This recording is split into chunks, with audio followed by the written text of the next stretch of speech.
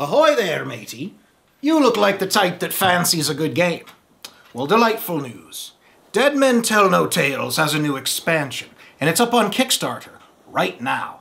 So let's take a look at what it brings to the table. Prepare to face the Kraken. We'll be using the miniatures for this walkthrough, some of which are from a separate expansion, but are also currently available on Kickstarter. The setup is the same as before, with the following differences. Rather than just throwing down a basic deckhand, pour them all into a pouch along with the red deckhand leaders. Now draw a random one to place. If it's red, immediately draw another one to add. If it also is red, keep this rhythm going until you draw a basic white one. Next, remove the trapdoor tokens that came with the base game and replace them with the new ones. These have an open side and a closed side. Now before you hand out the character cards, in whatever way you do, add in Swivel Gun Sandy and switch out Black Gus for his upgraded Kraken expansion version. This part is of course optional, but recommended. Add the axe to your item cards, then carry on as usual. Now add an extra coin to everyone's action token stack. This will cause most characters to start with 6 rather than the previous 5. If you're playing with Lydia, you'll end up with 7 total. Hand out the Kraken player aid cards along with the base ones. Keep 'em handy. Keep the tentacles nearby, as well as the head of the monster. He'll jump in the game shortly. Place the exploded barrel tokens, as well as the cannons and cannon die with the rest of your resources. Shuffle the adrenaline tokens and Kraken cards, and place the Kraken board. Take the black and red cubes and set them up like so. The black cube is its strength. In a basic game, it starts at 10. The red one is its health, started at 5 for now. Well, there's your setup. Let's take a look at how it'll change the game. Firstly, all eyes are on the Kraken, so let's fast forward to when he shows up. That'll be after everyone takes their first turns. The last player in the queue will end their turn by following the SKELITS Revenge step with the Kraken Attacks step. That player moves the Kraken's head to the rear of the column across from the front door. In case you weren't aware, these are rows and these are columns. This here's the front of the ship, and the opposite tiles comprise the rear. Make sure you remember this, it'll make things go smoother from here on. The player who just placed the Kraken then draws a Kraken card and follows the instructions. By instructions they mean printed symbols. Let me just interpret those for you. Arrows mean make that many moves in that direction, one column at a time. If you go off the end of the ship, just pop him right back up on the other side. Easy as pie. When this one shows up, you've got trouble, mate. It means tentacle attack. So place a lesser tentacle on all tiles on that column, except for the one furthest front. This one gets a tentacle end. Always. Nasty business, but nothing you can't handle. Any room with a brand new tentacle or tentacle end, they're basically the same, reduces its fire value by 1. That's how cool this customer is. Of course, if one of your crew happens to be in one of those rooms, their fatigue goes up by 2. And they will need a fresh pair of pants, I'm guessing. After placing tentacles, increase the Kraken's strength by 1, because you know how empowering a good stretch can be. Finally, shuffle up all the Kraken cards, all 4 of them, and play passes back to the first player. Now then, we're ready for the real meat of the matter. Let's talk about some differences in gameplay you can expect. In the Search the Ship step, all's perfectly familiar unless you've got that bloody great sea beast in your way when you need to place a tile. Just give him a scoot to the rear. He's a sport about that. Place your tile and move on. Another mentionable thing, when you draw a trapdoor token, place it open side up. Now, for the pirate action step. The Kraken expansion graciously adds all the following new actions. Loading a cannon. Simply place 1 cannon token on the front of your column. It'll come in handy later. There's no limit on these, so go crazy. Well, you only have so many, so I guess that's your limit.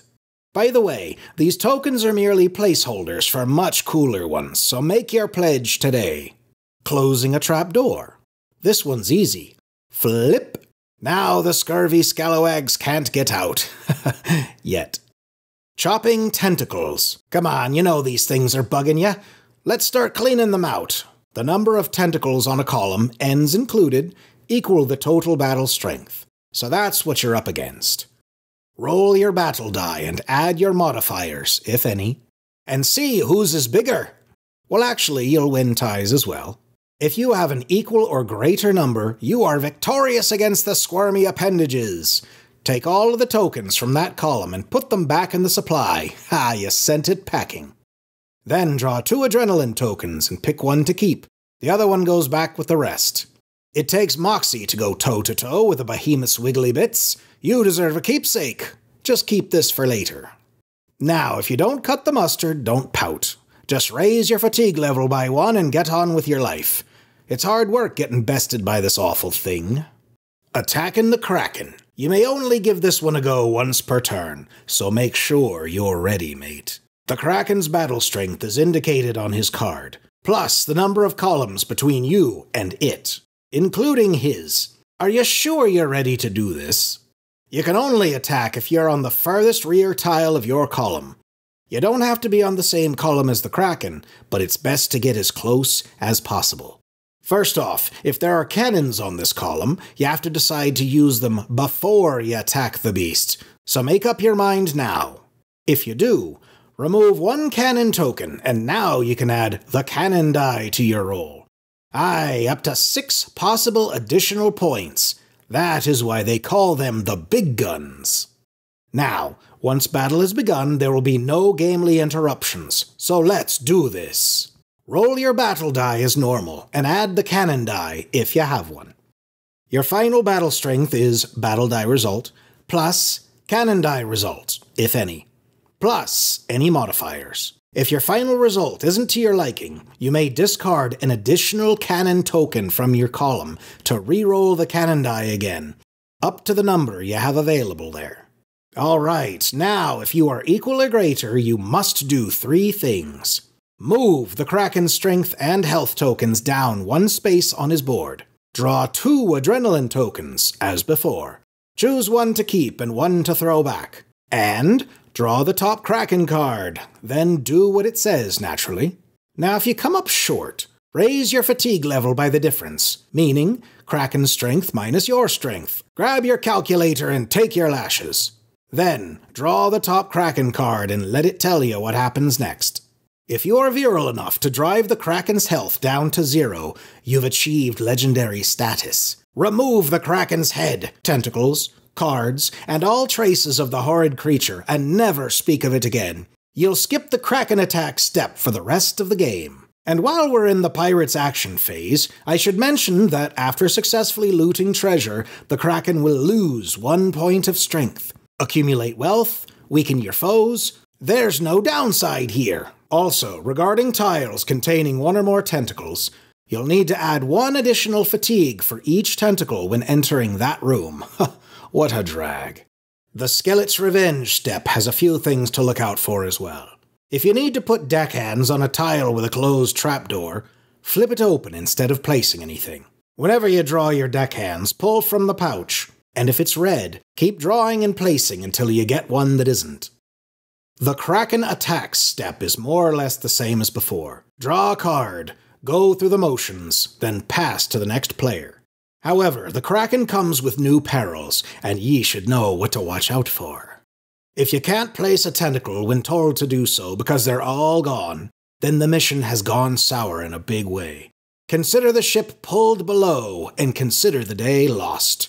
Game over, man. Also, if you need to raise the Kraken's strength but can't because it's maxed out, then I'm afraid the game is lost as well. The ship is pulled apart by a sea monster in beast mode. Thanks for playing, insert coins and try again. As far as how it affects victory conditions, you're now required to slay the Kraken in addition to normal looting goals, so make it a priority to ensure its demise ASAP.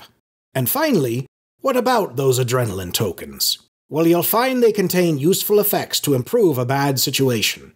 You may use them on your turn or even another player's turn, but only during the Pirate Actions step. Once you've used one, discard it from the game. You've got 1 chance to make the most of it, so wait for the opportune moment. There's the breakdown for adding the Kraken expansion to your copy of Dead Men Tell No Tales. Happy looting, and here's to your inevitable success. The Kraken seems like a very logical element to add to a game that's based on the outcome of a sea battle, and we find ourselves focused mostly on the Kraken itself when playing. That's not to say that the skeleton crew and guards have somehow gotten easier. However, having an extra action token does make a considerable difference. The expansion offers the opportunity for cooperative players to establish their individual functions in meeting the victory conditions of the game. One of you roids up to decapitate the beasts, while the other grabs the treasure and heads for the door. As for the new bits, we're told that some of the elements are placeholders for upgraded pieces once the game is funded. So these may not be the final versions of the cannons, Kraken tokens, tentacles, etc. It's worth considering that the pieces in both expansions come unpainted. But get some paint pots, or strike a deal with that guy at the hobby shop. Or just leave them as they are, they're fine. You used to play Monopoly with a shoe, for Johnny's sake. All in all, the experience is delightful. I'm personally very excited to add the expansion to my game, and the minis to my shelf. If you have a mind to, I recommend flying over to Kickstarter and securing your copy. Thanks for stopping in for ye old Pirates Parley. May you be lucky in dice and lucky in life.